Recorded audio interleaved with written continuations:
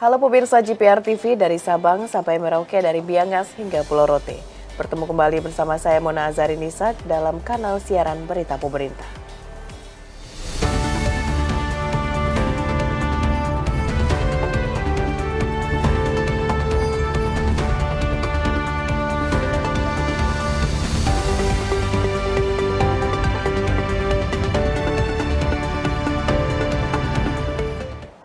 Pemirsa, kita ke informasi pertama. Menteri Ketenagakerjaan Yasir Lee resmi menerbitkan Peraturan Menteri Ketenagakerjaan Nomor 16 Tahun 2024 terkait pengupahan.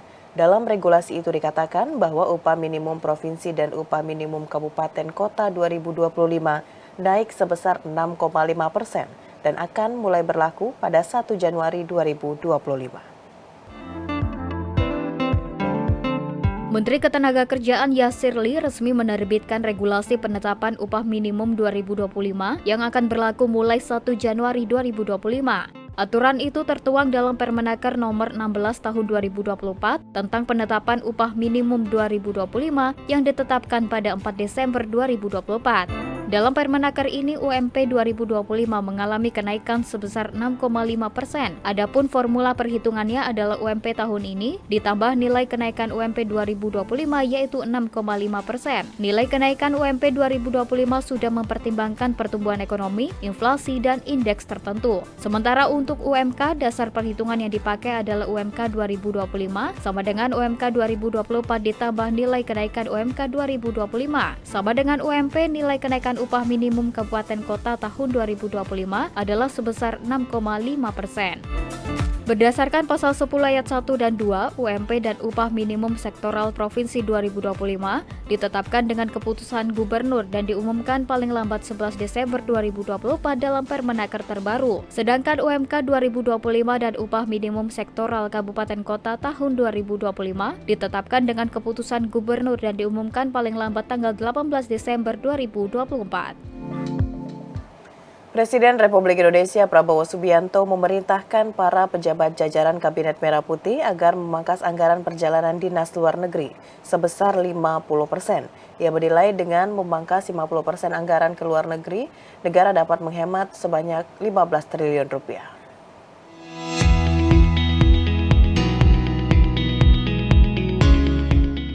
Presiden Republik Indonesia Prabowo Subianto secara resmi membuka sidang tanwir dan resepsi milad ke-112 Muhammadiyah yang digelar di Universitas Muhammadiyah Kupang, Provinsi Nusa Tenggara Timur pada Rabu 4 Desember 2024. Dalam sambutannya, Presiden Prabowo menyampaikan apresiasi atas kontribusi Muhammadiyah selama lebih dari 1 abad dalam mendukung kemajuan bangsa.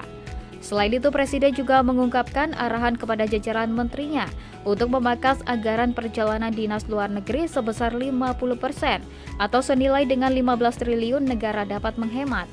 Kepala negara mengatakan hasil pemangkasan anggaran perjalanan dinas luar negeri itu dapat dialokasikan untuk pembangunan sejumlah infrastruktur publik seperti bendungan, irigasi, perbaikan sekolah hingga tambahan dana untuk program makan bergizi gratis. Tolonglah ya para menteri, puasa dulu. Puasanya 5 tahun. Kalau 5 tahun kita hemat $1,5 miliar dari perjalanan saja. Saudara-saudara, tapi bayangkan itu, apa yang kita bisa. Saya tapi sudah perintahkan, Menteri Keuangan, Wakil Menteri Keuangan, teliti. Semua program diteliti, ternyata cukup besar penghematan. Tak hanya pada para pejabat Kabinet Merah Putih, Presiden ke-8 juga menginstruksikan para pimpinan pemerintah daerah mengurangi biaya seminar atau rapat kerja. Ia meminta kepala daerah efisien dalam penggunaan anggaran untuk menghindari pemborosan. Jadi saya mohon juga para gubernur terpilih, bupati terpilih, ya, ketat, efisien, kurangi yang bersifat tidak kritis. Kritis untuk kepentingan rakyat. Kritis kepentingan langsung. Pemirsa, dalam upaya mewujudkan generasi sehat, cerdas, dan bebas dari stunting, Kementerian Kependudukan dan Pembangunan Keluarga atau BKKBN secara resmi meluncurkan gerakan orang tua asuh cegah stunting. Menteri Kependudukan dan Pembangunan Keluarga, W. Haji mengatakan, melalui pendekatan ini genting mendorong masyarakat untuk membantu sejuta keluarga berisiko stunting di seluruh Indonesia. Kementerian Kependudukan dan Pembangunan Keluarga BKKBN secara resmi meluncurkan gerakan orang tua asuh cegah stunting dalam upaya mewujudkan generasi sehat, cerdas, dan bebas dari stunting. Menteri Kependudukan dan Pembangunan Keluarga W. Haji menjelaskan, ini merupakan gerakan bantuan bagi keluarga berisiko stunting melalui kepedulian para pihak. Sebagai orang tua asuh yang dilaksanakan oleh mitra dan difasilitasi oleh petugas lapangan keluarga berencana atau kadar BKKBN. Genting merupakan gerakan berbasis komunitas yang melibatkan individu, kelompok, perusahaan, dan pemerintah daerah sebagai orang tua asuh bagi keluarga berisiko stunting.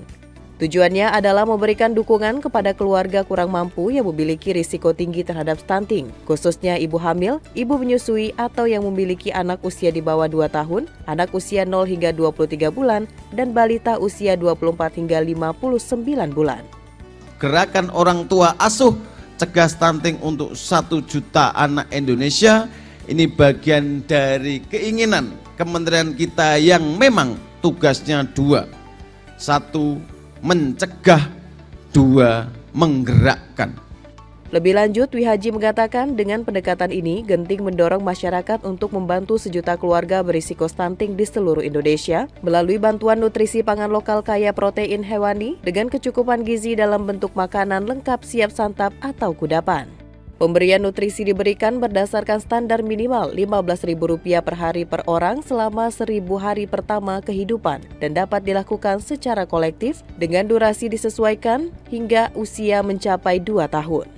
Dukungan lainnya yaitu bantuan non-nutrisi, meliputi perbaikan jamban dan rumah layak huni, akses air bersih, dan edukasi pencegahan bagi remaja, calon pengantin dan penanganan bagi edukasi ibu hamil, pengasuhan, peningkatan kapasitas ekonomi. Kepala Kantor Komunikasi Kepresidenan Hasan Nasbi memberikan tanggapan dari pernyataan utusan khusus Presiden Miftah Maulana Habibur Rahman atau yang akrab dipanggil Gus Miftah atas pernyataannya kepada pedagang ST yang ramai diperbincangkan di ruang publik. Hasan Nasbi mengatakan teguran dari Presiden disampaikan melalui Sekretaris Kabinet.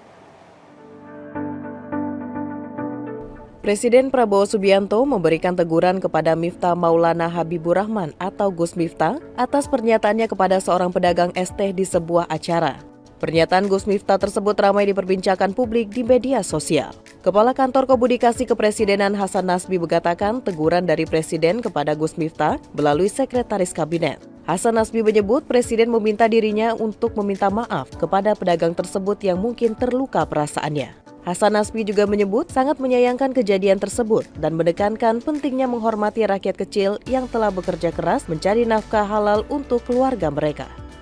Presiden sudah memberikan teguran kepada yang bersangkutan melalui Sekretaris Kabinet untuk segera meminta maaf kepada Bapak Son Haji yang mungkin saja dan sangat mungkin terluka perasaannya karena kejadian kemarin.